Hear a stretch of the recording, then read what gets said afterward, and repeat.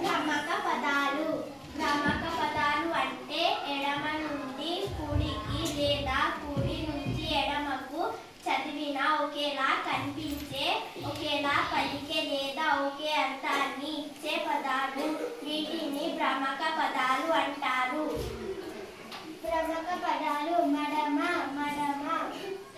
భ్రమక పదాలు టమాటా టమాటా. భ్రమక పదాలు పులుపు పులుపు. భ్రమక పదాలు పులుపు పులుపు. భ్రమక పదాలు